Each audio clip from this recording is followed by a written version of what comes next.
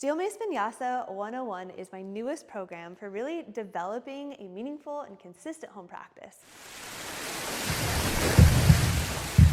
Welcome to the loaded flow sequences section. This is an awesome section. You've worked hard to get here. This is an opportunity for you to take the mace through a vinyasa flow. So the thing that differentiates this section from the previous section, the loaded flow section, is simply that we're moving through a sun salutation and moving from mountain pose through your up chaturanga, up dog, down dog, moving through that power pose sequence and just adding in that little flow. So that's really the only main difference that you'll see. And I've also taken care to pre-program out all of these loaded flow sequences in such a way that I know they're safe. I know that they're not randomized. They all have a sport-specific focus in mind. So how you'll want to use these is look at the title. If it's a closed hip loaded flow, then it probably ought to go with if you're doing a HIIT workout on a moderate or a high intensity day, probably should go with something there's going to be like closed hip as the primary focus. If I'm training open hip conditioning in my circuit, I want to choose a open hip flow to complement that. And so we always reverse engineer our workouts.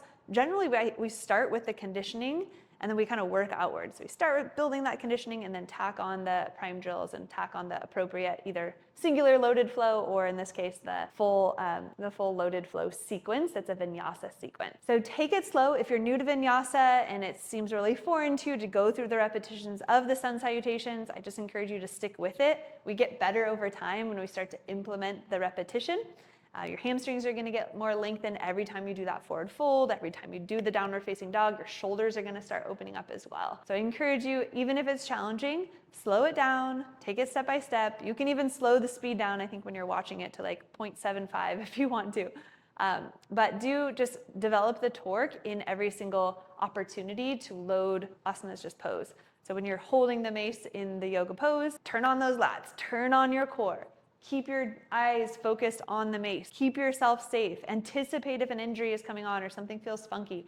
Pull the mace back in close to you. Modify if you need to. If you're feeling winded or you're feeling fatigued, hold the mace closer to your body in a modified side flag or in a two-handed prayer position, and you should be good to go. Promise you, once you go through these 8 sequences a few times, usually it's just 1 per workout, so maybe it might take you 8 weeks to get through all of these, for example. But once you get through these 1 time and a 2nd time and a 3rd time, they're just going to become second nature. So do encourage you to stay consistent. This is a home practice.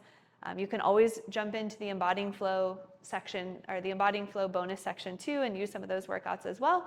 But this is meant to challenge you and it's meant to keep you growing and pushing your own personal edge. And you're gonna find you actually look forward to the unloaded yoga. The yoga part becomes so much easier and you feel like you're able to just float, tap into flow state. And that's really what we're after in this whole prime condition flow methodology, is to tap into flow state. And generally it happens when you program a prime, a condition, and you follow it up with a loaded flow sequence. The flow state is gonna happen in 2 places. It's gonna happen at the end of your conditioning rounds. If you're doing 2 to 3 rounds, it's gonna be like in that last round of conditioning.